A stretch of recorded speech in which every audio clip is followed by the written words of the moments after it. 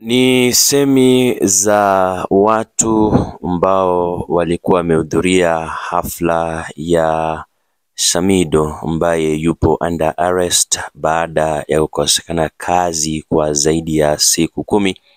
Hapo jana huduma ile ya polisi NPS ilitoa agizo la kukamatwa kwa Samidoh kutokana na mienendo yake, kwa sababu yeye ni polisi na wakati mwingine vile vile anaonekana kana kwamba anapinga serikali. Kwa mfano akiperform kwenye nyimbo zake, kuna jinsi wale wafuasi au mafans wake wanaimba Ruto must go one time, semi ambazo zimekuwa zikitumiwa na aliyekuwa naibu rais, na mzungumzia Bwana Rigathi Gachagua ambaye sasa hivi ni mpinzani mkuu wa serikali. Ndizo taarifa za hivi sasa, tutakuwa na rejea na matukio mengine zaidi.